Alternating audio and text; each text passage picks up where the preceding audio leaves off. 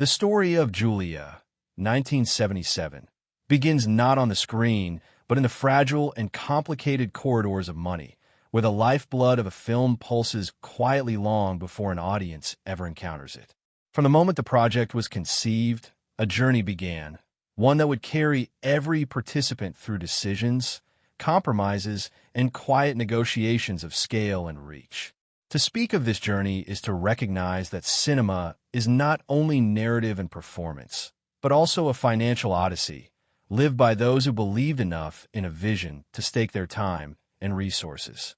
The very texture of this film is inseparable from the money that carried it forward, and its unfolding path mirrors the way resources were guided into the shaping of something larger than themselves. Money did not arrive here as an abstract figure, but as an atmosphere that surrounded each day of work. It came through in the sets built to echo past decades, in the fabrics chosen for clothes that would drape across actors embodying lives long gone, in the places scouted and selected for their resonance with a history that demanded authenticity. The financial undercurrent showed itself in what was possible to capture and what had to be suggested through restraint. Every location meant permits, logistics, and a reallocation of hours. Every costume represented a line in the fabric of budget. And yet, these were not cold transactions. They were lived experiences for the team, who knew that the film's truth had to be carried on the shoulders of believable detail. The audience might never see the ledger, but they would feel the care and pressure that shaped each scene. The journey of money in this film was also emotional, threading through the aspirations of its creative team. There was an awareness that telling a story rooted in friendship, memory, and sacrifice required an honesty not only in performance, but in material support. The resources available defined how far that honesty could stretch. A lavish recreation of an era could immerse the audience fully, but it demanded patience, compromise, and the invisible labor of those tasked with stretching every allowance further than it seemed it could go. Crew members carried this pressure within them, their daily rhythms marked not just by shot lists, but by the sense of what was or wasn't affordable. When a director paused between takes, part of the silence was filled with the quiet hum of financial tension. How long could they hold the moment before time turned into cost? From the earliest stages, choices about scope and reach revealed themselves as live constraints. The filmmakers might have dreamed of certain grand gestures, but reality gently reshaped those dreams into something leaner, more precise. These adjustments were not simply pragmatic. They infused the film with its eventual texture. What could not be afforded demanded invention. The absence of one lavish set piece redirected attention to the intimacy of a conversation, the flicker of emotion on a face, the hush of a moment caught between two characters.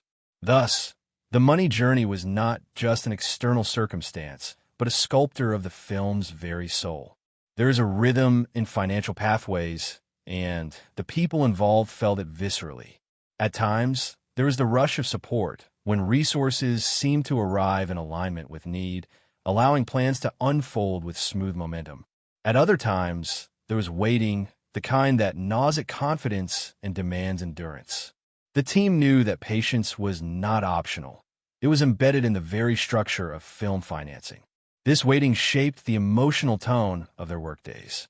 Some mornings were infused with optimism, fueled by the knowledge that things were moving forward. Others carried a heaviness, as if each light fixture hung with the weight of an uncertain tomorrow.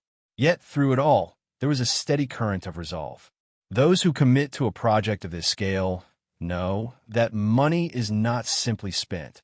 It is lived, endured, and transformed into images that last beyond the exhaustion of production. When money did arrive in the right measure, it felt like breath entering lungs, allowing the project to expand with fresh possibility. Relief was not a simple tally of accounts. It was the spark in a production designer's eyes when told they could realize an idea without trimming it further. It was the looseness in a producer's shoulders at the end of a long day, knowing that tomorrow's call sheet would not be overshadowed by immediate financial anxiety. And when those moments of relief aligned with creative breakthroughs, the film's spirit quickened. The participants carried those brief lifts with them, reminders that despite constant negotiation, the story was worth the strain. To walk through the financial journey of this film is also to walk through its sensory world. Money touched the texture of props, the quality of light filtered through rented equipment, the very cadence of scenes shaped by how much time could be allotted to capture them. The smell of paint on newly dressed sets was tied to a calculation of cost and time. The taste of hurried meals on location carried with it the awareness of schedules tightened by resource allocation. Even the silence between takes, broken only by the faint hum of machines, held within it the awareness that every second had value in the ledger. For the crew, this was not an abstraction, but a lived, bodily reality. The cast, too, felt the financial current, though often in subtler ways. Their performances were influenced by the atmosphere surrounding them. A well-supported set nurtured confidence, allowing them to sink more deeply into character. Conversely, when resources strained, the pressure seeped into their bodies, visible in the way they carried themselves between takes. To act in a film is to inhabit not only a role, but also the collective weight of its circumstances. And here those circumstances were shaped daily by the money journey. Their friendships, tensions, and moments of laughter off camera were shaded by how smooth or strained the financial path felt at that stage. What makes this journey remarkable is how it never appeared directly on screen. Viewers sat in theaters and saw a story of deep personal bonds, sacrifice, and political urgency. They did not see the quiet recalculations, the whispered worries about whether a day's shoot could finish before resources thinned. Yet those invisible pressures infused the visible story with an undercurrent of truth. The texture of reality in each frame was born from choices made under constraint.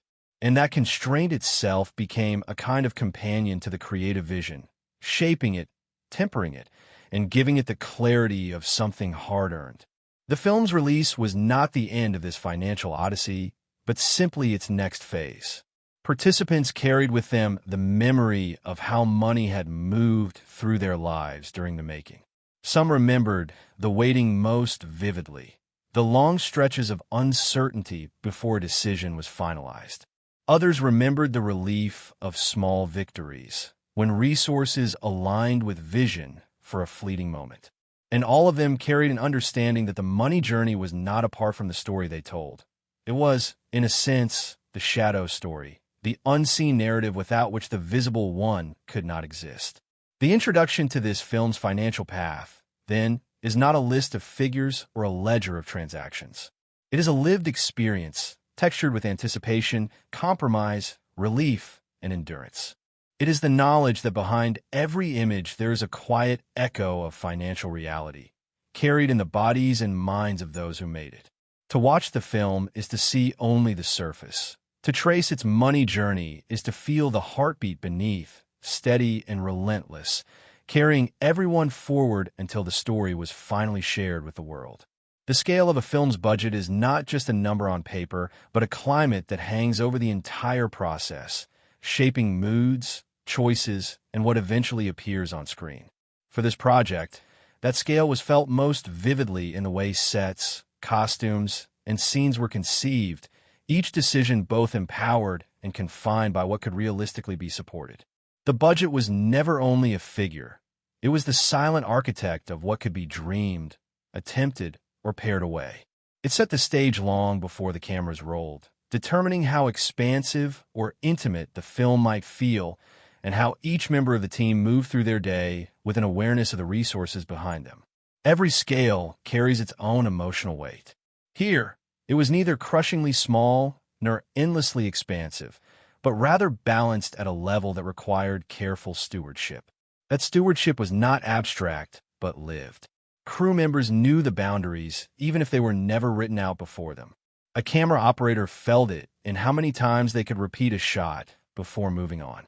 A costume designer sensed it in the fabrics chosen, durable enough to last, authentic enough to convince, and restrained enough to remain within the invisible lines of affordability. Each decision was part of a quiet choreography in which artistry and practicality met in constant negotiation. Early creative choices had profound effects on this balance. When a director or writer fixed on a scene requiring elaborate detail, that single choice sent ripples through every department. A set built in one city meant weeks of preparation, permits, and local arrangements. That decision, while seemingly artistic, was also financial, narrowing the margin for what else could be afforded later. In contrast, when a moment was envisioned more simply, a conversation in a dimly lit cafe, an exchange on a quiet street, the financial air lifted, granting the production room to breathe elsewhere. The scale of the budget thus became a map of trade-offs, where boldness in one area required gentleness in another. The size of the project influenced the daily atmosphere on set. With every production, the morale of the team is tied to whether they feel supported, stretched too thin, or lost in excess. Here, the scale carried a dual effect. On one hand, it was large enough to grant legitimacy and seriousness. The team felt that what they were working on mattered, that the resources behind them were sufficient to create something lasting. On the other, it was lean enough that every individual knew their contribution was critical. There was no sense of waste or anonymity. People felt their work directly fed the heartbeat of the story. That awareness fostered pride, but also pressure, since missteps could not be casually absorbed by a vast cushion of resources. Time itself became one of the most precious currencies. Each day on set was measured not only in pages completed, but in the felt cost of hours passing. Everyone, from the director to the assistants, carried this awareness in their bones. Breaks were short, efficiency was prized, yet artistry demanded moments of stillness and patience. Balancing those needs created a tension that pulsed beneath every day. The actors, sensitive to the atmosphere, knew when patience was a luxury and when a scene had to be captured swiftly, with no indulgence in repeated exploration. That knowledge shaped performances, lending them an immediacy born of the budget's silent pressure. The budget scale also defined how tools and technologies were employed.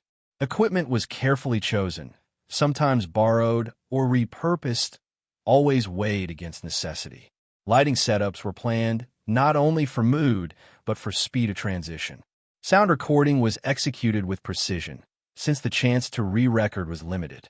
These choices, invisible to audiences, were lived realities for those making the film. They marked the texture of long nights and early mornings, the rhythm of meals eaten quickly in between setups, the weight of eyes watching the clock as much as the monitor. There was also a human cost to the budget scale, one that could not be measured in any ledger. Crew members carried fatigue that was the direct result of trying to achieve much with limited ease. Actors bore the responsibility of delivering performances that felt expansive even within the modest frame of what was possible. Producers lived with the constant hum of calculation, ensuring that one department's request did not topple the careful balance sustaining the entire production. The budget was thus a silent character, present in every room, every conversation, every decision, its presence undeniable even if never named. What emerged on screen was therefore a reflection of this balance. The film carries an intimacy, a focus on character and relationship, that was in many ways shaped by financial boundaries. Rather than sprawling vistas or elaborate set pieces, the attention turns inward toward the human heart of the story. This is not limitation in the sense of deprivation. It is limitation as refinement. The scale of the budget sculpted the film's identity, guiding it toward depth rather than breadth, intensity rather than spectacle. Viewers experience it as a choice of style, unaware of the financial forces that nudged it there. The pressure of turning plans into pages, scenes, and moments was constant. Schedules were tight, rehearsals brief, and setups efficient. Yet out of this tension came a sense of urgency that infused the work with life. The crew's shared knowledge that every decision carried weight created a collective spirit, a sense of moving together toward a common end. People leaned on one another, covered gaps, and carried burdens together. In this way, the budget scale did more than shape the film materially. It bound the participants emotionally, forging bonds that extended beyond the set. In the end, the scale of the budget was not something that could be measured solely in its original design. It was lived in the sweat of grips hauling equipment faster than comfort allowed, in the concentration of designers ensuring each detail carried weight, in the exhaustion of producers balancing the impossible, and in the quiet satisfaction of actors who knew their performances had been carved out of pressure and persistence. The budget was both a constraint and a companion, a shaper of art and a reminder of reality. It whispered through every frame, not as a number but as a presence, giving the film its specific texture, its balance of restraint and ambition, its unmistakable tone of something created within limits, yet striving always toward truth. Support for a film does not simply appear fully formed. It arrives in rhythms, carrying with it the weight of timing, trust, and evolving confidence. The journey of financing is not an abstract process, but a lived one, unfolding in phases that mark the very texture of production. In the beginning, the earliest commitments are acts of faith. They arise before proof is visible, when belief in the story and the people telling it outweighs certainty. As time moved on, support gathered with the momentum of cautious recognition.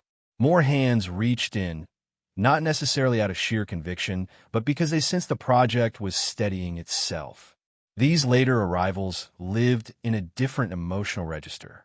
Where the earliest backers carried the tension of risk, those who came later carried the assurance of evidence.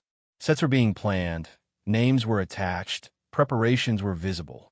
This layering of confidence gave the team inside the production both relief and new pressure. Relief because they no longer felt alone in their gamble. Pressure because with more commitment came more expectation, and with expectation came less room for faltering. The crew felt these rhythms in their daily routines. When resources were delayed, schedules slowed, waiting became the atmosphere. Waiting is not passive. It shapes the body, the mood, and the rhythm of work. Crew members stretched tasks longer than they might have otherwise, filling time with meticulous adjustments, yet always with the awareness that progress was suspended by forces outside their control. Conversations took on a tone of patience edged with restlessness, as though everyone was straining against an invisible cord holding them back. When support arrived, that same crew pivoted instantly, moving with speed and urgency to catch up. The lived experience of financing was therefore not just about what could be afforded, but about how time itself expanded and contracted in response. For the creative leads, timing became a kind of silent collaborator. Ideas had to be adjusted depending on when support became real. Some visions had to be trimmed when resources did not arrive quickly enough. Others blossomed unexpectedly when funds came sooner than anticipated, opening space for additions or refinements. This ebb and flow shaped the story's visual and emotional fabric, sometimes invisibly to the audience, but undeniably for those who crafted it. A scene envisioned months earlier might only have been realized because financing aligned at just the right moment, while another scene might carry the shadow of compromise because patience had worn thin and time no longer allowed for perfection. The pacing of the schedule was inextricably tied to this financial rhythm. When support lagged, calendars stretched, and what was meant to be a crisp shoot became a marathon of pauses. This wore on morale, making each resumed day of work feel heavier, like climbing back onto a moving train that had been idling too long. In contrast, when support flowed smoothly, the schedule gained a momentum that energized everyone. People arrived on set with sharper focus, knowing they were riding a current that would carry them forward. The difference was not only practical, but emotional, a lived contrast between dragging weight and being lifted. Actors, too, felt the cadence of financing, even if it was not spoken directly. They sensed it in the certainty or uncertainty of schedules, in the way conversations shifted when delays became unavoidable. When financing was smooth, rehearsals felt purposeful, and they could settle into their roles with confidence. When financing tightened, they carried the unease into their performances, not always consciously, but in subtle ways that colored their presence. Their patience was both a professional necessity and a personal strain, teaching them the peculiar culture of filmmaking, to wait, to adjust, to hold readiness even in the absence of immediate action. Producers bore the brunt of this dance most acutely. They lived inside the rhythm of calls, meetings, reassurances, and recalculations. Their energy rose and fell with each new confirmation or hesitation. They knew the crew looked to them for stability, even when stability was in short supply. Their work was therefore double-layered, to manage the actual flow of resources and to manage the perception of that flow so that the team did not falter. The pressure of that responsibility weighed heavily, felt not only in sleepless nights, but in the countless small decisions made under the tension of uncertainty. The financing journey was also deeply human in its moments of relief.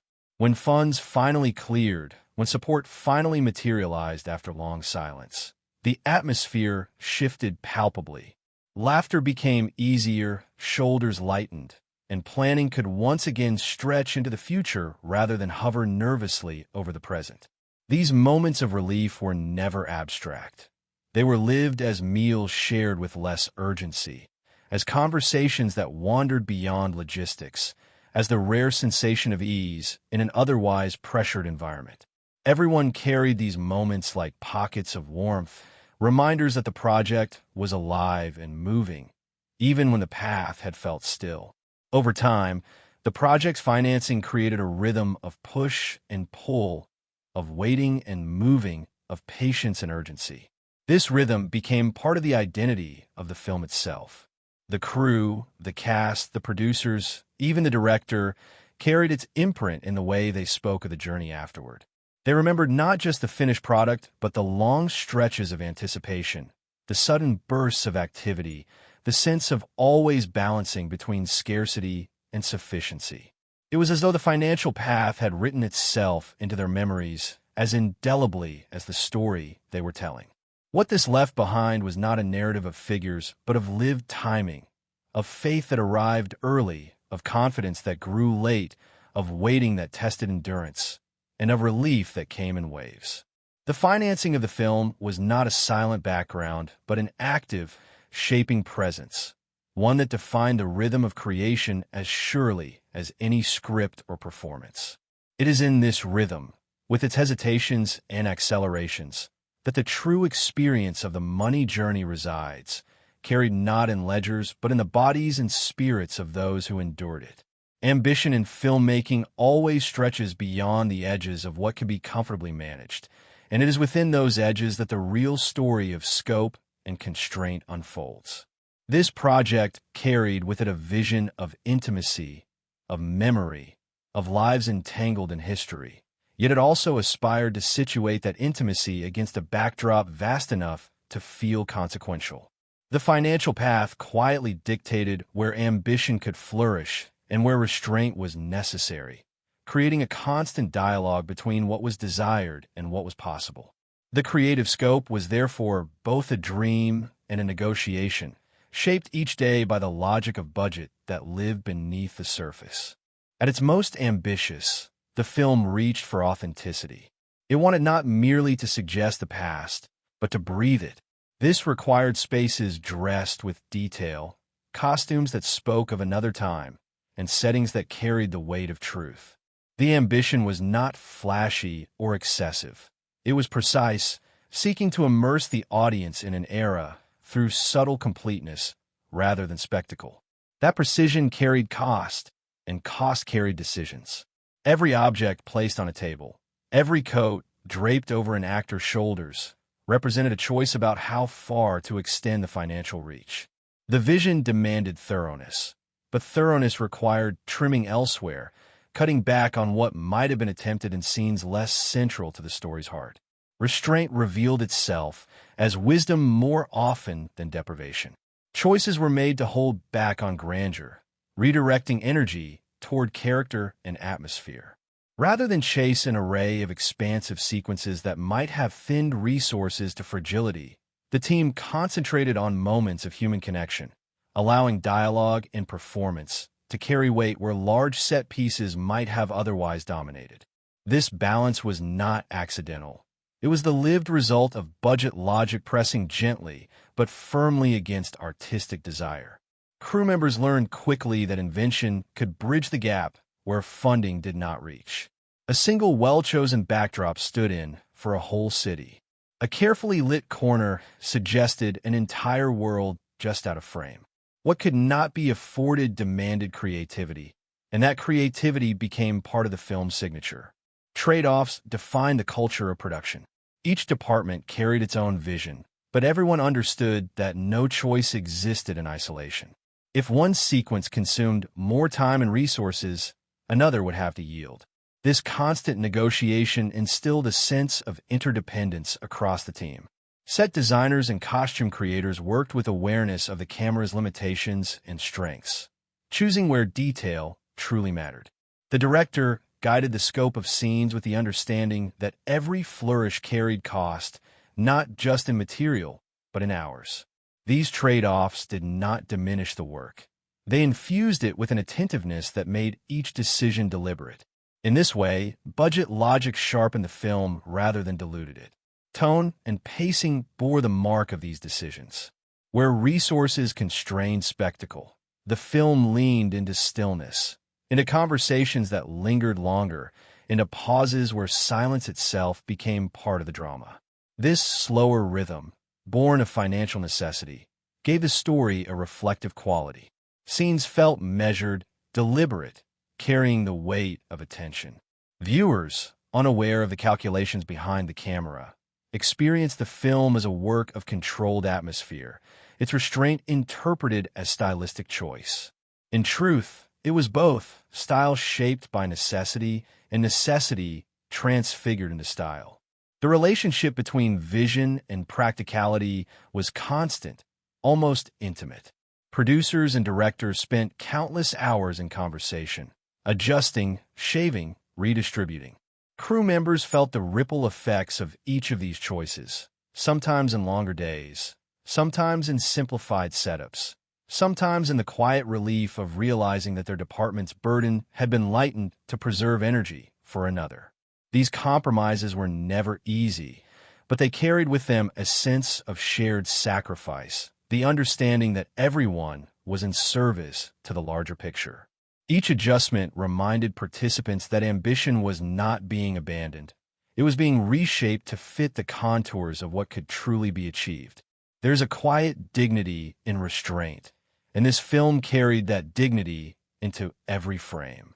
Rather than chase unattainable expanses, it chose carefully where to lavish attention, creating moments of richness that stood out precisely because they were not constant. An audience may remember a grand ballroom, a richly dressed table, or a striking landscape, but behind each of those memories lay the countless small choices that allowed resources to be gathered and focused in just that way. The decision to concentrate rather than disperse created a pattern of peaks and quiet valleys, shaping the emotional landscape as surely as any line of dialogue. Crew members lived the weight of these choices. They felt the tension of stretching material further than seemed possible, the pride of pulling off scenes that looked fuller than they had any right to, the occasional frustration of cutting down visions that once seemed essential. Their workdays bore the imprint of financial reasoning, yet in those constraints they discovered ingenuity. A prop master might find ways to reuse and repurpose items invisibly. A lighting technician might sculpt depth from minimal setups. These acts of adaptation were not seen on screen as compromise, but as craft. Viewers encountered them as seamless, unaware of the invisible boundary lines that had pressed in around the creative team. The balance between vision and practicality was not static. It shifted constantly as moments of ambition surged forward and were then reined in by the quiet voice of budget logic. This ebb and flow created a rhythm felt by everyone involved, a constant awareness that each decision existed within a larger tapestry of give and take. What mattered most was not whether every dream could be realized, but whether the dreams that survived carried the weight of truth. The film's eventual identity, shaped by this dialogue, reflected both ambition and humility, a work that knew its limits but also knew how to push against them gracefully. Looking back, participants would remember not the things that could not be achieved, but the ingenuity that filled those gaps. They would recall nights of problem-solving, mornings of relief when solutions worked, and the collective pride of having created something whole within the boundaries of possibility. The creative scope of the film was thus not a narrowing of vision, but a channeling of it, guided by budget logic into a form both grounded and powerful. Constraint did not diminish the story. It gave it shape, grounding the narrative in choices that made every detail intentional, every gesture weighted, every silence meaningful. Awareness of a film does not spring forth in a single instant. It grows in layers, shaped by timing, placement, and the slow accumulation of signals that tell people something is coming. For this project, the earliest traces of awareness were tied to the atmosphere it carried. The story was rooted in friendship, memory, and sacrifice, and from the beginning, its identity was presented with a seriousness that demanded attention. The first ways audiences encountered it were through tone as much as through words, a mood of intensity, an aura of lived history, a promise that this was not light diversion, but something that carried weight. That initial presentation framed the way every later signal was received. The moment a slot was chosen for release, awareness began to take shape more concretely. The placement on the calendar, the company it kept among other works, created an unspoken message about how the film wished to be perceived. It was not positioned as a spectacle, but as a serious piece, something that belonged to conversations about art, history, and the human spirit. This positioning became the foundation for how chatter grew. Journalists, critics, and cultural observers picked up on that intention, shaping the story around the story. They presented it as an event to be taken seriously, and that framing filtered into the public's imagination before the first images ever lit a screen. As anticipation developed, confidence shifted in waves. For those closest to the film, every small signal from outside, an article, a mention in the press, a reaction from a preview screening, was felt deeply. When signals were strong, optimism spread through the team, creating an atmosphere of lightness and purpose. When signals were muted, uncertainty crept in, filling conversations with caution. The marketing journey was not simply about projecting outward. It was also about absorbing these signals inward, shaping how participants themselves felt about the story they had poured themselves into. Awareness was a dialogue, not a monologue, and every new echo from the outside world adjusted the tone inside. Chatter shaped the sense of fit between film and audience. Discussions in cultural spaces, whether in print or spoken, carried with them hints of who the work was for.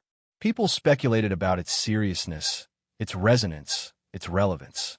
These whispers of expectation became a kind of mirror in which the filmmakers saw their own efforts reflected back, sometimes confirming what they had hoped, sometimes raising anxieties about whether their vision would truly meet the moment. Each headline, each word of commentary, added another brushstroke to the painting of awareness, creating an image that would be carried into theaters even before audiences sat down. For those on the inside, the approach to release was an experience of alternating anticipation and uncertainty. Some days, the weight of expectation felt exhilarating, as though the film were already alive in the minds of strangers. Other days, silence or ambivalence bred unease, as though the work might pass unnoticed. This oscillation was part of the lived marketing journey, a constant reminder that no amount of craft guaranteed resonance, that awareness was a fragile and shifting thing. The emotional cost of this uncertainty was as real as any financial expenditure, born in the sleepless nights of producers and the quiet anxieties of actors waiting to see how their work would land. The identity of the film presented itself carefully, with restraint and gravity. Posters, stills, and early glimpses of scenes carried an aura of elegance rather than spectacle, seriousness rather than sensationalism. The marketing did not shout, it suggested. That suggestion created curiosity, inviting audiences to lean in rather than overwhelming them with noise. This approach was in itself a financial choice, a decision to lean on mood rather than saturation, to trust that the strength of the story would generate conversation. The choice to spend in ways that deepened identity rather than diluted it meant that every image, every placement carried weight far beyond its size. Confidence grew not only in the public, but also in the team itself as the signals accumulated. Each piece of recognition acted as reinforcement, allowing participants to believe more deeply in the path they had chosen. Yet the awareness campaign was not without its uncertainties. Not every signal was clear, not every mention was glowing, and ambiguity weighed heavily. That tension between confidence and doubt marked the days leading to release, making the experience of marketing less about steady growth and more about navigating swells and troughs. This instability was lived emotionally by those who had carried the story for years, their sense of accomplishment tied now to the shifting winds of perception. By the time release approached, awareness had woven itself into a larger cultural conversation. The film was no longer a private effort, but something spoken about in public spaces, its identity carried by people who had never seen a frame but already felt they knew what it represented. That was the power and the fragility of marketing. To create presence out of suggestion, to conjure anticipation from glimpses and tones. The audience arrived already shaped by this journey, bringing with them expectations formed not only by story, but by the signals that had preceded it. Those expectations, built patiently through careful spin-to-reach choices, would color every reception once the lights dimmed and the screen came alive. The first weekend of a film's release is less a verdict than a signal, a temperature check of how the world is inclined to meet the work. For those inside, it is a moment charged with quiet intensity. After years of preparation, months of strain, and weeks of anticipation, the first days of public showing arrive with an almost physical weight. The team knows that outcomes will not be settled in one weekend, yet they cannot help but watch for signs. Each ticket sold, each murmur of audience response, carries meaning beyond itself, serving as a message about what kind of path lies ahead. On that opening weekend, the internal atmosphere was taut with expectation.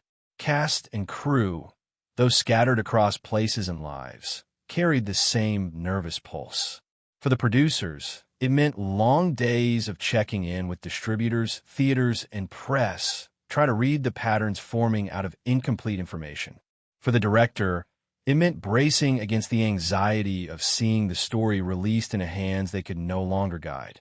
For the actors, it meant waiting in the quiet spaces of their homes, wondering how strangers were reacting to the characters they had inhabited so deeply. The first weekend, more than any other, was experienced as a blur of tension, hope, and the restless search for reassurance. Audience behavior in those early days was the first true conversation between the film and the world. People emerged from theaters speaking to one another in hushed or animated tones, and those tones spread outward. Some carried the weight of having been moved, others carried curiosity, still others carried indifference. All of it mattered. Word of mouth was not a statistic but a lived echo, filtering back to the team through friends, articles, and overheard comments. Each small fragment added to the mosaic of perception, telling those inside whether their story was beginning to find its place or whether it risked dissolving into the noise of other offerings.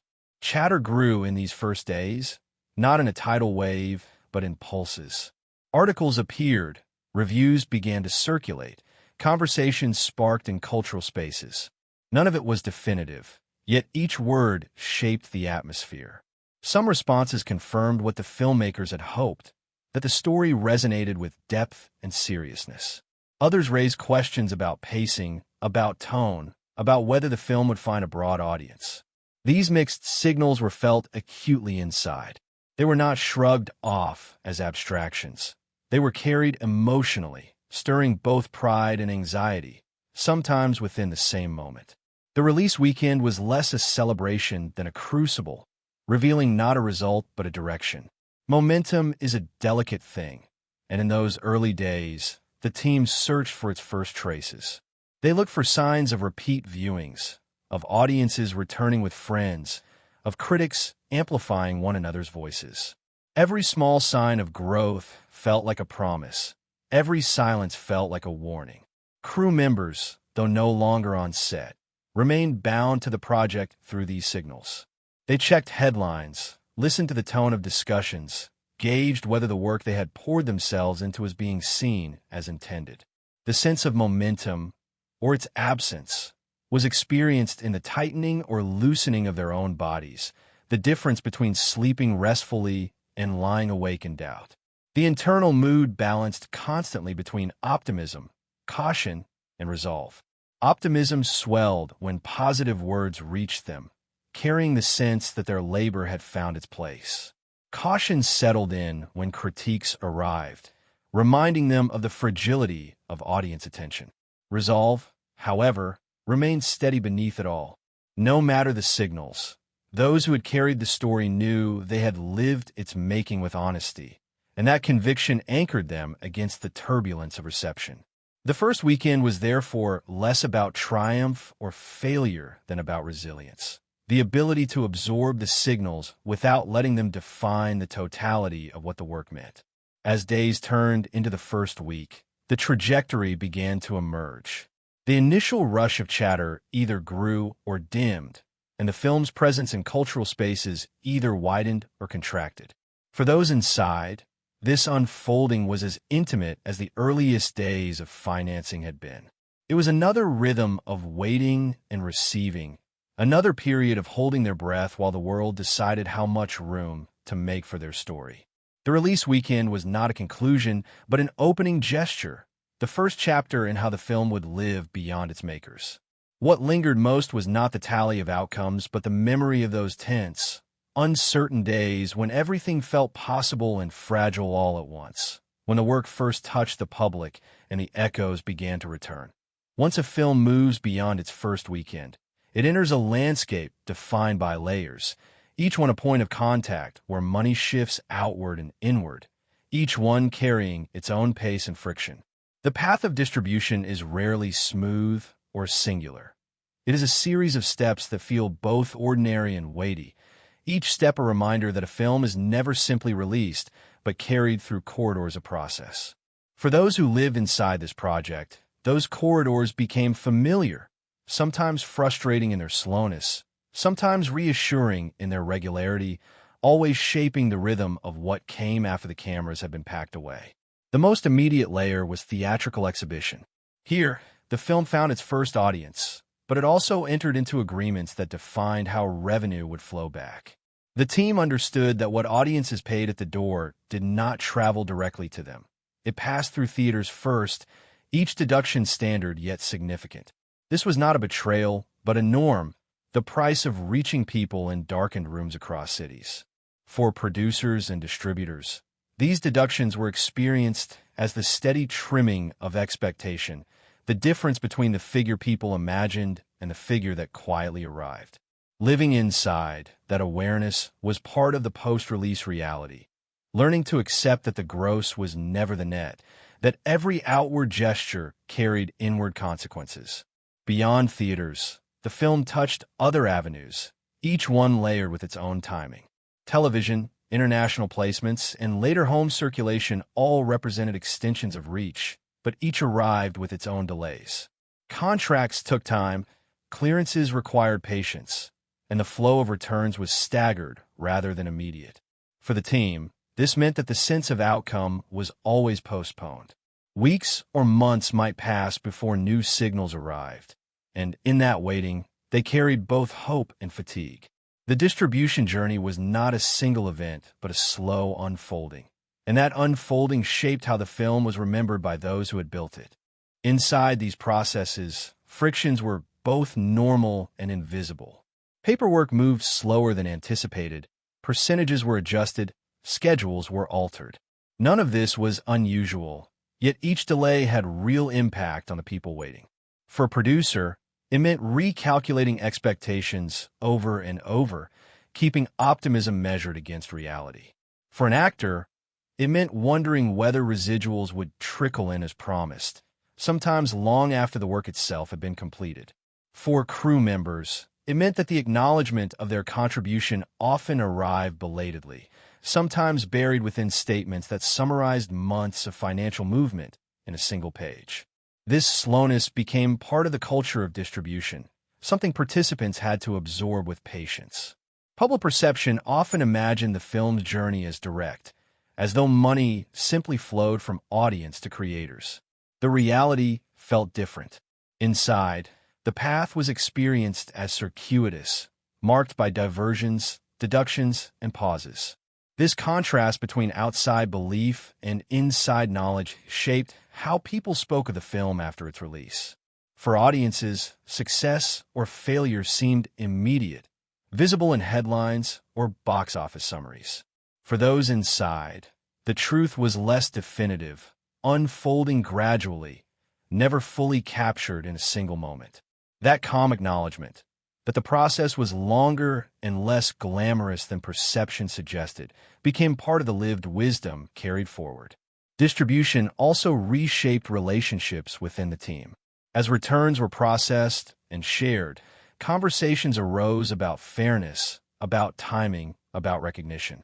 These were not arguments so much as reminders that every promise made during production now had to pass through the filter process. Participants learned again that filmmaking is not only about vision and artistry, but also about endurance in the waiting rooms of finance. Settlements and deductions became part of the shared language, spoken with a mix of resignation and quiet acceptance, because everyone knew this was the structure into which their work had been placed. Over time, the film's path through distribution became less about surprise and more about rhythm. The team settled into the expectation that money would arrive in increments, trimmed by layers, delayed by systems, yet still carrying forward the proof that their story continued to circulate. That circulation itself was a form of relief, a reminder that the film had a life beyond its premiere, that people in other places and times were still encountering it. Even when deductions felt heavy, even when timelines stretched uncomfortably long, there was comfort in knowing that the work persisted, carried through channels that extended its reach far beyond what they had first imagined. To live through this stage was to learn the difference between appearance and reality, between the sudden burst of opening weekend and the drawn-out cadence of distribution. What the public saw as definitive numbers was for those inside only the beginning of a longer story, one that unfolded quietly, shaped by systems that trimmed, delayed, and redirected. The film's distribution journey was not dramatic in the way its story on screen was, but it carried its own weight. It was a path of patience, of acceptance, of steady acknowledgement that money does not move as quickly as emotion, and that the real picture of outcome is built layer by layer, long after the applause has faded. Every film is built on promises, some spoken openly, others carried silently within the structure of the work. Around this project, those promises formed a web that linked participants long after the camera stopped turning. Commitments were made in countless forms. Agreements about what would be shared if the story reached its audience, understandings about recognition, hopes for returns that might flow months or even years later. None of these promises were immediate. They lived in the future, shaping expectations as the film moved from set to screen to the slow pathways of distribution. For producers, the commitments were heaviest. They had carried the burden of assembling resources, and with that came the responsibility of making sure the people who had invested their time and talent were acknowledged when the film's journey reached its conclusion. They lived with a constant awareness that others were waiting, that settlements and statements would one day be expected. This was not only a financial reality, but an emotional one. Trust is fragile, and each delay in fulfillment risked shaking it. Yet patience was necessary, because the returns themselves were staggered, trimmed, and delayed by the systems through which they had to pass. Actors, too, were part of this culture of waiting. They had poured themselves into their roles, and though their work was seen immediately on screen, the acknowledgement of that work in financial terms came much later. They understood this as part of the profession, yet it carried a subtle strain. To know that recognition might be months away meant living with a gap between effort and reward. That gap was filled with faith, Faith in the producers, faith in the systems, faith that promises made would one day be kept. For many, the fulfillment was not even the central point. The deeper need was for assurance that the work had mattered, that it was valued not only artistically but materially. Crew members felt the promises differently. Their work was often less visible, yet no less essential. For them, the culture of waiting was ingrained. They knew that statements and settlements arrived in envelopes or notices long after the applause had died down. They carried this with quiet patience, rarely dramatized but deeply felt. Each delay was a reminder that their contribution was both vital and distant in recognition. Yet they too trusted in the system, having learned through experience that waiting was not a flaw, but a condition of the craft. This atmosphere of deferred recognition shaped the film's post-release identity. The project did not end with its premiere. It extended into months of expectation, into the silent ticking of time as participants waited for signals of fulfillment. Some received those signals earlier, some much later, but all were bound by the same understanding, that filmmaking is an art of endurance as much as creation. To wait was not to be forgotten, but to live within the rhythm of an industry that measures time differently than those outside might imagine. The contrast between public headlines and private experience was sharp. Audiences and critics spoke quickly, declaring the film's impact in reviews, conversations, and essays. For the participants, those words were encouraging but incomplete. They knew the full story could not be told until the slower process of sharing unfolded.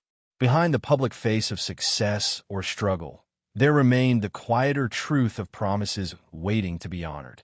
That truth carried more weight for those who had lived the making of the film than any review could. Patience became a shared language.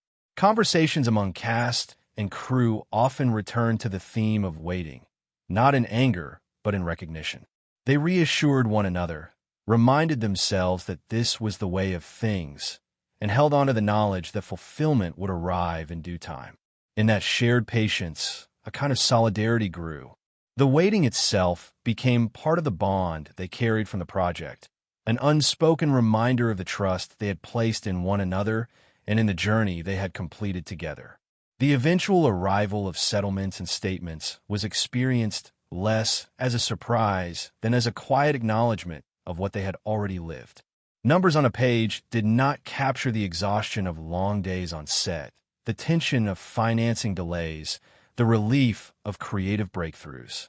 Yet those pages mattered because they closed the loop between effort and recognition. They affirmed that promises had not been forgotten, that the work done months or years before had been seen, measured, and valued.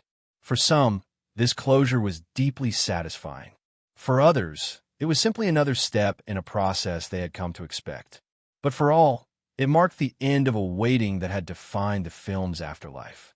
In the end, the promises surrounding the film were less about contracts than about trust. Each participant entered the project with the understanding that their contributions would be honored, even if not immediately. To live through that waiting was to learn patience as a professional virtue, to recognize that filmmaking is as much about endurance as creativity. The culture of waiting, the quiet patience while totals settled, became as much a part of the story as the images on screen.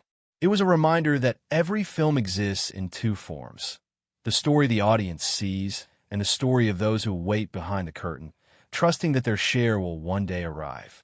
Relief in filmmaking rarely arrives on the first day. It comes later, after the strain of months or years has been endured, and when it finally does, it changes the way the entire journey is remembered. For this project, that relief was not the moment cameras rolled or even the night the lights dimmed for the premiere. It came more slowly, through signals that the weight of cost was easing, that support had been confirmed, that the endless tally of effort had not been carried in vain. To live inside that arc was to understand that the real cost of a film is not measured at the outset, but revealed in how long one waits for the burden to soften. During production, the cost was omnipresent. It was carried in every decision, in every hour that ticked past, in every compromise made to keep the story moving. Crew members felt it as exhaustion. Actors felt it as pressure. Producers felt it as a constant calculation running silently in their minds.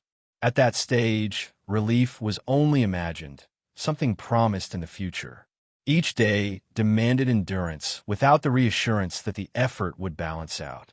That gap between labor and relief was the emotional heart of the cost journey. When relief finally began to arrive, it altered everything. The atmosphere lightened in ways that were more physical than abstract. Shoulders that had been tense for months relaxed. Conversations that had been dominated by anxiety broadened into laughter. Meals shared after long days felt different when participants knew that the strain had not been for nothing. This shift was not only about money itself, but about recognition that the project had been stabilized, that the sacrifices made were beginning to find balance. The sense of cost transformed from a looming shadow into a memory, one that could be looked back on with pride rather than dread. Patience defined the entire arc. Help never came at the precise moment it was most desired. It arrived later, requiring those involved to live for long stretches in uncertainty. Paperwork, clearances, deductions, and systems delayed acknowledgement, extending the strain far beyond the creative work itself. For many, this was the most difficult part of the experience.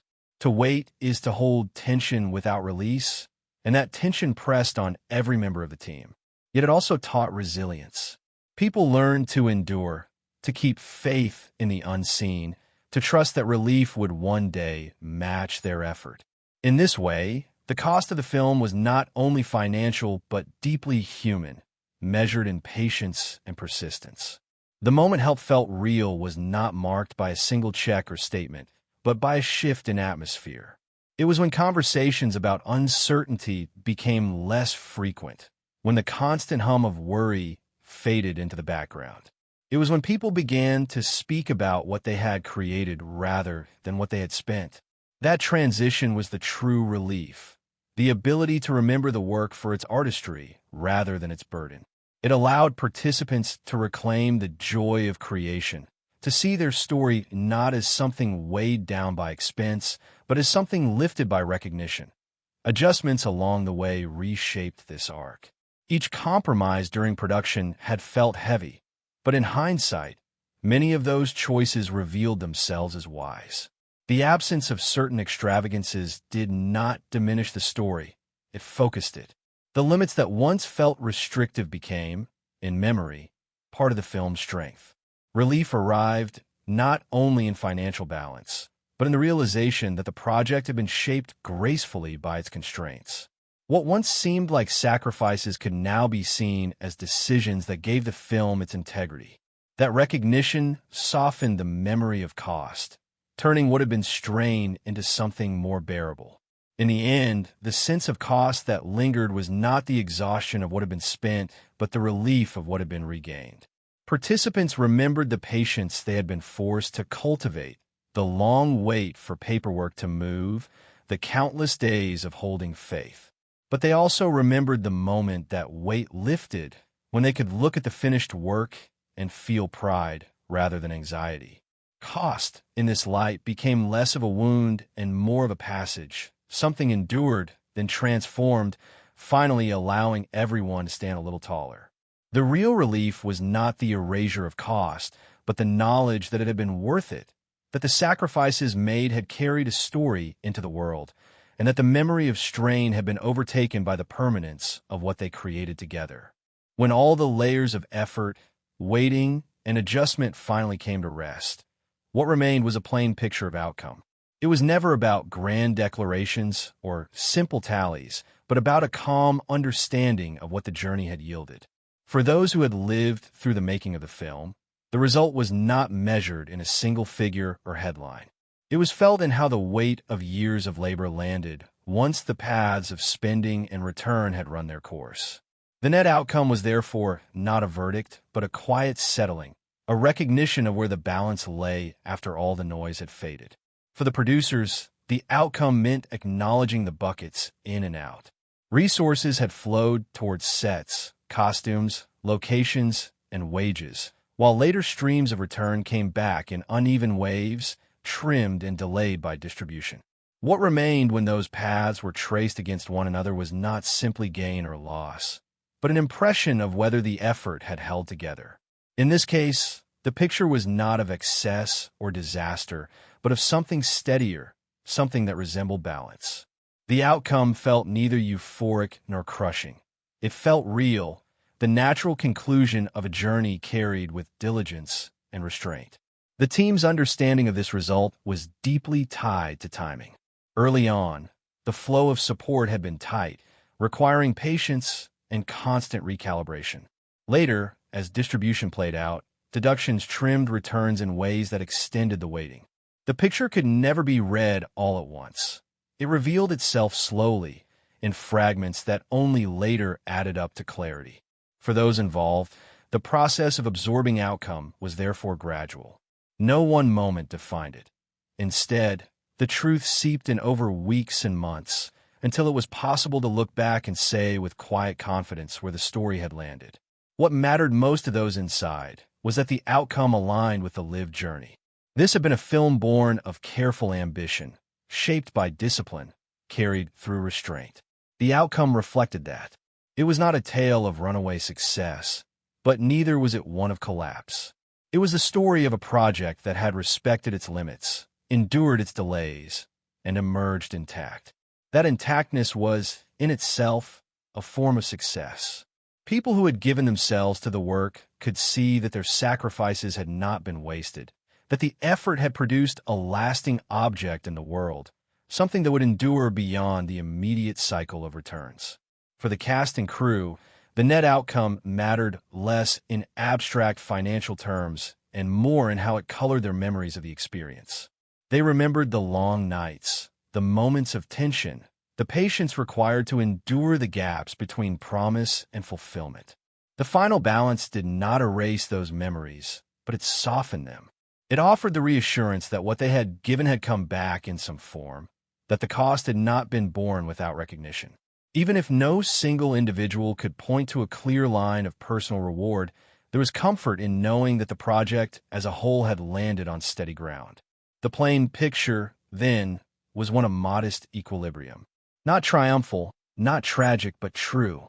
It was the picture of a film that had been lived with honesty, shaped by constraint, and carried into the world without collapse. That clarity was what mattered most. Those who had been part of the journey could look back and see that the outcome matched the texture of the path. Cautious, patient, enduring, and ultimately balanced. This was not a story of excess, nor of ruin, but of steadiness, the kind of outcome that quietly honors the labor of everyone who made it possible. Looking back on the full arc of the film's financial journey, what emerges most clearly are the lessons carried by those who lived it. Two choices stand out as moments where paths taken helped sustain the work, shaping both the story and the team's ability to bring it forward. The first was the choice to ground ambition in intimacy rather than spectacle. From the earliest stages, the filmmakers recognized that their resources would never stretch to cover vast expanses of recreation, and so they turned inward, toward character, atmosphere, and the power of dialogue. That decision allowed the film to retain coherence, even as constraints pressed in. It gave weight to what mattered most, the bond between its central figures, and ensured that no matter what was trimmed or delayed, the heart of the story remained intact. For those inside, this choice was felt every day in the focus of their labor, a reminder that they were building something small and precise rather than sprawling and unstable. The second helpful choice was the discipline of patience. This was not patience in the sense of passivity, but an active endurance in the face of slow-moving support, delayed settlements, and drawn-out distribution. By cultivating that patience, the team avoided collapsing under frustration. They learned to continue with their work even when relief seemed far away, to hold themselves steady until signals of recognition finally arrived.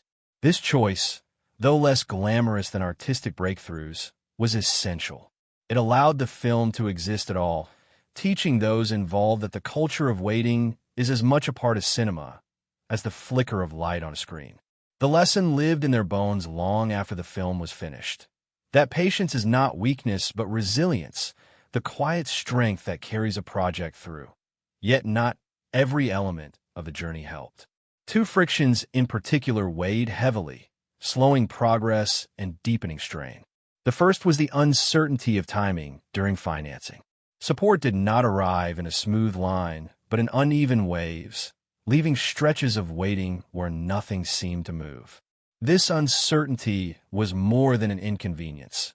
It drained morale, tested trust, and made planning precarious.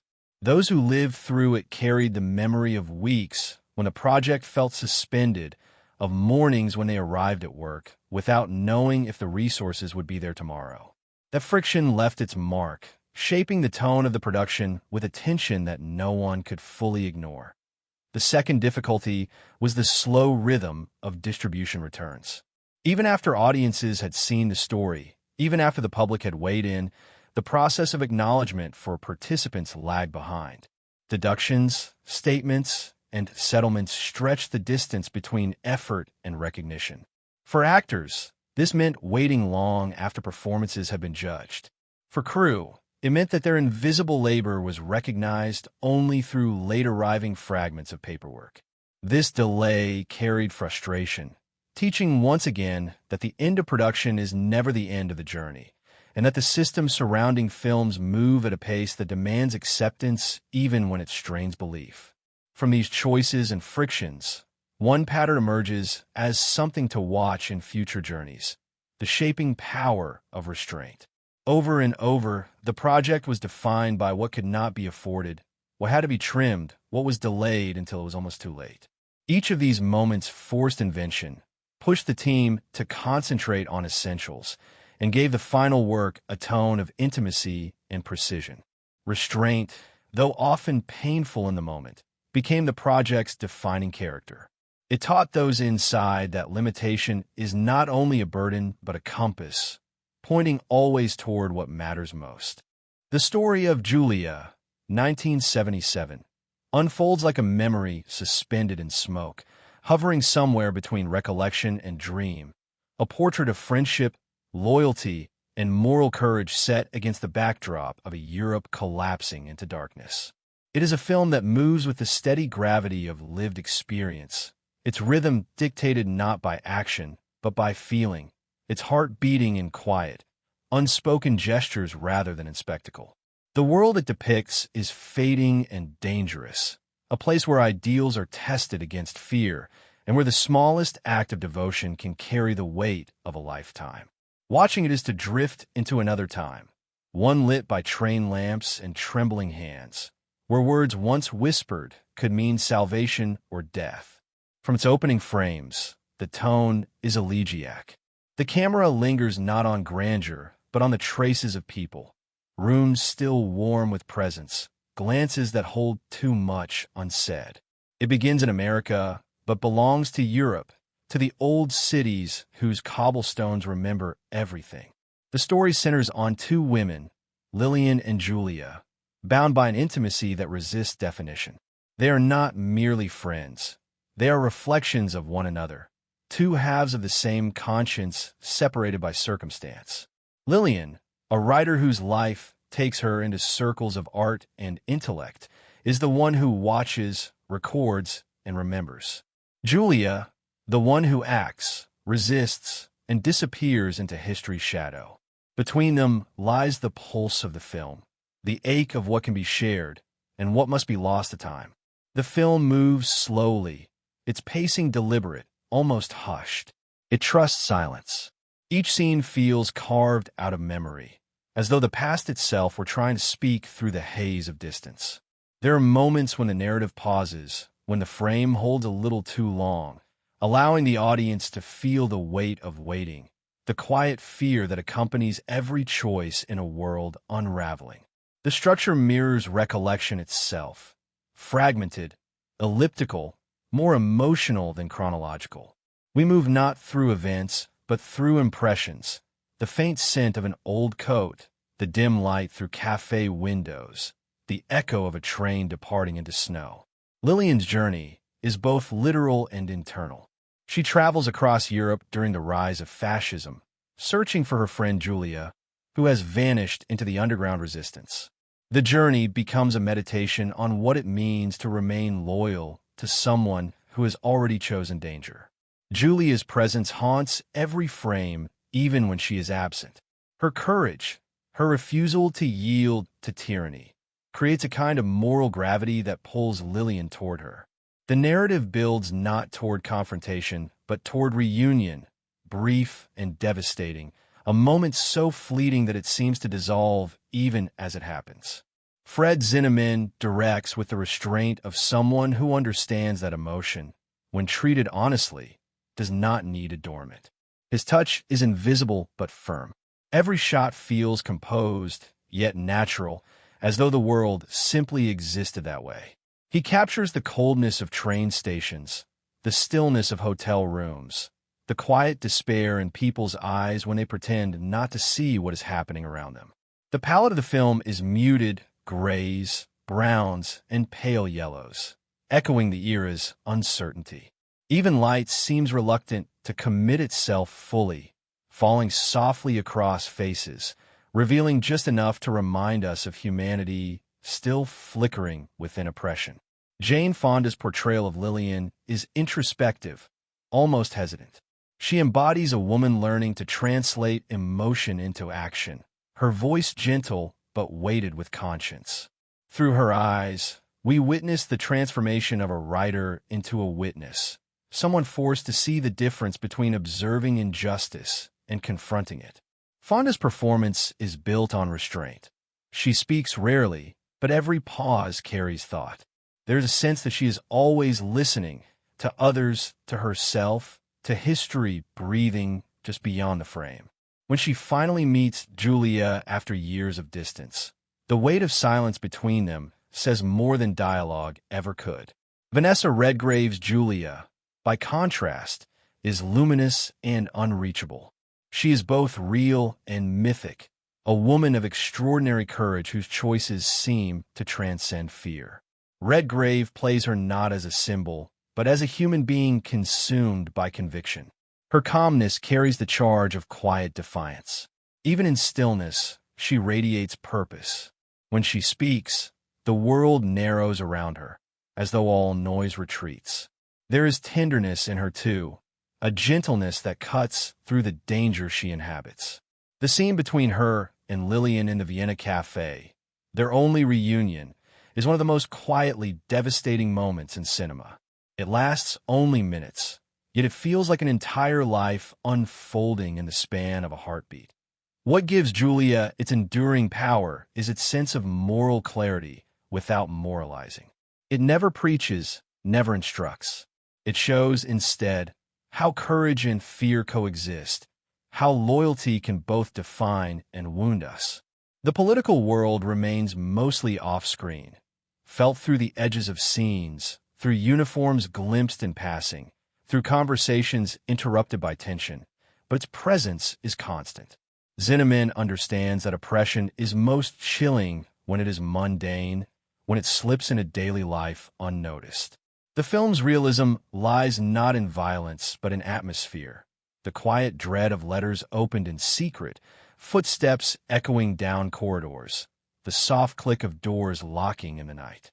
At its core, Julia is not about politics, but about friendship under siege, about the way love between friends can become a form of resistance. Lillian's devotion to Julia leads her into danger, forcing her to act when she might otherwise have stayed an observer. Her decision to carry money across borders for the underground is not heroic in the cinematic sense. It is trembling, clumsy, uncertain. Yet in that uncertainty lies its truth.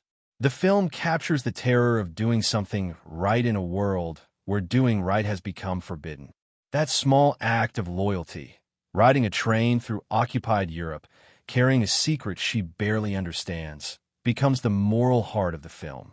The journey across that train is a masterpiece of quiet tension.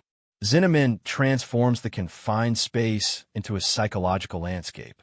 Every glance from a fellow passenger, every casual question from an official, carries danger. The sound design heightens the stillness, the creak of luggage, the hiss of steam, the faint hum of wheels against tracks. Lillian's fear is palpable, yet she continues. It is not bravery in the traditional sense. It is endurance, the will to keep moving even when every instinct begs retreat. When she finally completes her mission, the relief that floods her is not triumph, but exhaustion. The realization that loyalty always costs something unseen. The film's emotional power rests in what remains unspoken. There are no sweeping declarations, no grand farewells. The friendship between Lillian and Julia exists in fragments, in letters, in remembered glances, in half-told stories. This fragmentation mirrors the nature of memory itself. When a film returns to Lillian as narrator, reflecting on what has passed, her voice carries the ache of someone haunted by absence. Julia becomes not only a person, but an idea, the embodiment of courage that survives even when the person is gone. In that way, the film becomes a meditation on remembrance, how love persists through recollection, how memory transforms people into the moral compasses of those left behind. Jason Robards as Dashiell Hammett provides a grounding counterpoint to the intensity of the central friendship. His presence, calm and dry, offers a glimpse of stability amid turmoil.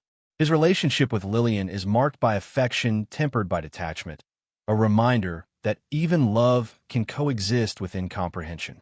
He stands at the periphery of Lillian's inner world, unable to follow her into the depths of her devotion to Julia, yet his quiet support holds her steady. Their scenes together remind us that personal intimacy and moral conviction do not always align, that the heart often moves in directions reason cannot follow. Maximilian Schell's presence, brief but resonant, deepens the sense of menace that pervades the European sequences. He embodies the shadow of the era, the bureaucratic cruelty that thrives under order and silence. His character does not need overt malice. The mere efficiency of his manner conveys the horror of a world where humanity is measured by obedience.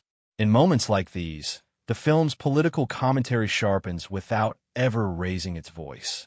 Evil is not shown as monstrous, but as ordinary, polite, and terrifyingly calm. Visually, the film is a study in atmosphere. The cinematography by Douglas Slocum captures both the beauty and dread of pre-war Europe. Light filters through lace curtains like memory itself. Soft, fragmented, uncertain. Interiors feel enclosed, safe yet stifling. Exteriors, by contrast, are vast but empty, as if the world itself were withdrawing warmth. The camera moves with restraint, often holding just long enough for the viewer to feel the space between characters. There are no indulgent flourishes, no self-conscious compositions. Everything serves the story's emotional precision. The visual texture mirrors the narrative's tone, elegant, austere, quietly haunted. The score, sparse and melancholic, threads through the film like breath. It does not dictate emotion, but supports it, often retreating into near silence. In its restraint lies its strength. Music appears only where memory would, softly, suddenly, as though stirred by association. It gives the film its rhythm, its heartbeat, and its sense of loss.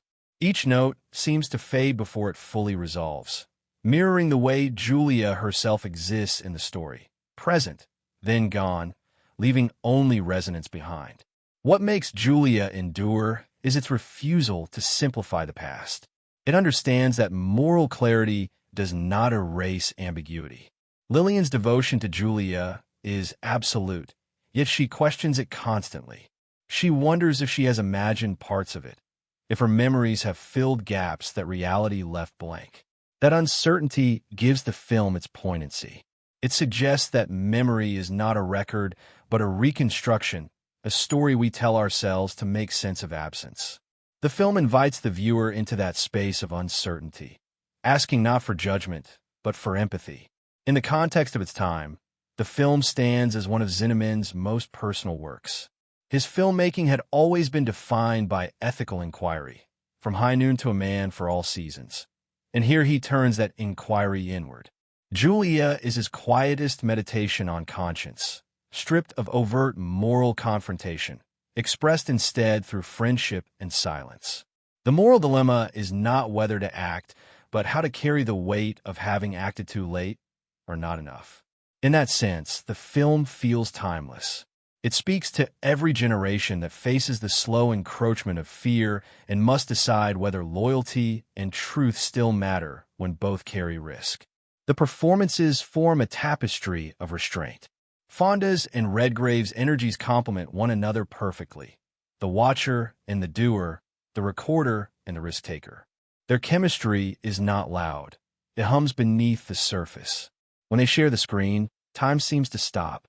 Even their brief reunion feels eternal because it contains everything: love, sorrow, guilt, admiration, and the foreknowledge of loss. Their faces in that moment, one filled with quiet bravery, the other with wordless grief, express more than any line of dialogue could convey. It is one of those rare cinematic encounters where acting transcends performance and becomes experience. Julia's emotional architecture rests on absence. The absence of Julia for much of the story, the absence of closure, the absence of certainty. Every choice reinforces that. We never see the final moments of her life, we only hear of them. This restraint transforms her from a figure of tragedy into one of endurance. She exists not through what happens to her, but through what she inspires in others. Lillian's life, her art, and her memory become the vessel through which Julia continues to live. In that sense, the film is less about death than about persistence. The persistence of love, courage, and conscience in a world determined to erase them.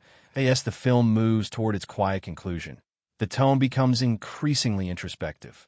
Lillian's narration turns soft, almost confessional. There is no triumph, no catharsis. Only the recognition that love sometimes means carrying another's memory through time, keeping it alive in words when the world has forgotten. The final images, Lillian alone, reflecting, her voice trembling with memory, close the circle.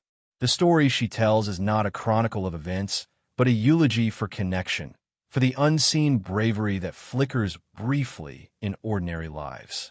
Julia remains one of those rare films that treat memory as sacred terrain.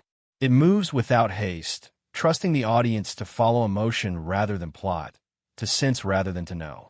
It captures the fragility of human bonds in times of moral crisis and shows how love, even when powerless, can still defy despair. Every frame is an act of remembering. Every silence is a prayer for what was lost.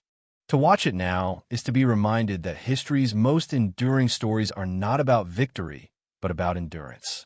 Julia is a testament to the quiet heroism that goes unnoticed, to the people who act not because they are fearless, but because their fear is outweighed by compassion. It is about what happens when friendship becomes conscience, when memory becomes duty. In its restraint, it achieves something rare. It makes the past feel alive, immediate, and deeply human. And when the final voice fades, when the screen returns to darkness, what lingers is not grief, but reverence. For courage quietly lived, for friendship that defied silence, for memory that refused to vanish. Julia is not a film about what happened. It is a film about what endures after everything else is gone. The echo of a name, the warmth of a vanished face, the certainty that somewhere, in the trembling heart of history, two friends once met across fear and found each other, if only for a moment, in the light. The Making of Julia, 1977, unfolded like a quiet negotiation between vision and restraint, a film whose emotional vastness had to be built within the invisible framework of limitation. Its story, though intimate, carried the weight of continents, spanning time, ideology, and memory, and yet its creation depended on something more practical and fragile: the steady management of means. The budget became its silent script, written alongside the screenplay, line by line, day by day, shaping what could be dreamed, what could be built, and what could only be suggested. Money here was not simply spent. It was felt. Every dollar carried a mood. Every resource carried tension. And every compromise carried the ghost of what might have been. The film's financing and budgeting formed not a background process, but a parallel narrative, a story of belief, patience, and a long endurance of faith. From the beginning, the project carried the aura of seriousness. It was based on a story of conscience, friendship, and moral resistance, not an easy pitch for those who weigh value in measurable return. Yet it was precisely this depth that drew quiet confidence from those who saw potential in its integrity. The film's creators knew they were walking a delicate line. Too much scale, and the intimacy would vanish. Too little, and the world around the characters would feel hollow. The budget, therefore, had to act as both boundary and protector, keeping the production grounded while allowing it enough breath to evoke the vastness of its setting. In this sense, money was not a cage, but a framework, the unseen architecture holding together the emotional weight of the film. Early financing moved like a cautious tide. Support arrived in pulses rather than waves, each commitment dependent on another's faith. Those who stepped in first did so not because of commercial promise, but because they sensed conviction in the material. The process was not defined by the clamor of investors, but by quiet rooms, long conversations, and shared trust among people who understood that the film's worth could not be measured immediately. This kind of financing always carries fragility. It depends on belief holding steady through delay. The months before production were therefore marked by patience, a rhythm of waiting punctuated by small affirmations that allowed planning to continue. That patience became the emotional undertone of the film itself. Endurance as both process and theme. Budgeting began not as arithmetic, but as translation. How do you quantify the cost of atmosphere, or the weight of silence, or the period authenticity of pre-war Europe without drowning the film in excess? Every decision became an act of interpretation. The art department learned to evoke rather than replicate, to build suggestion into texture. A single location could stand for a dozen with careful framing. Lighting could turn modest sets into worlds of memory. In these decisions, the budget was not diminished, it was made intelligent. Constraints sharpened creativity.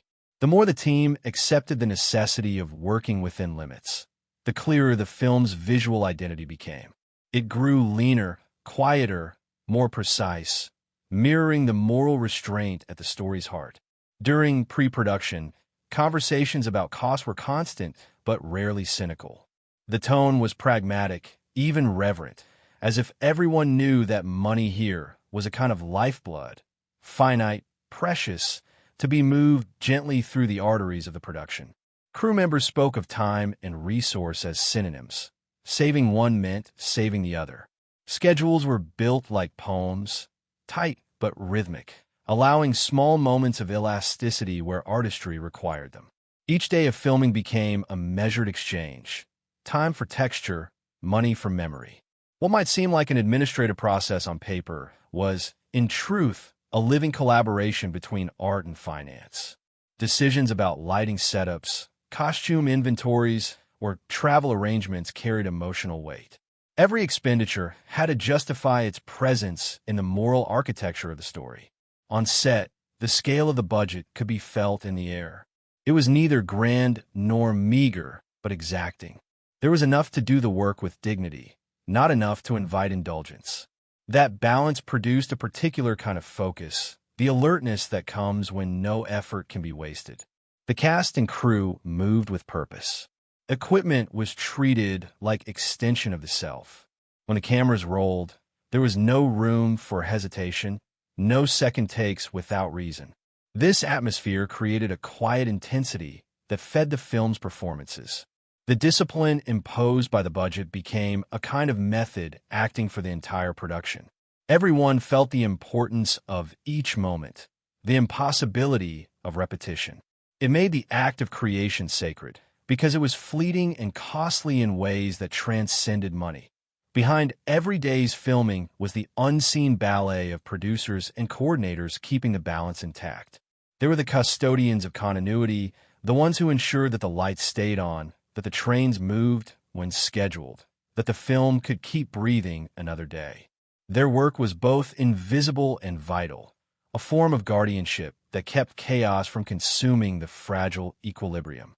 They carried within them the constant arithmetic of hope. What can we afford to hold on to? What must we let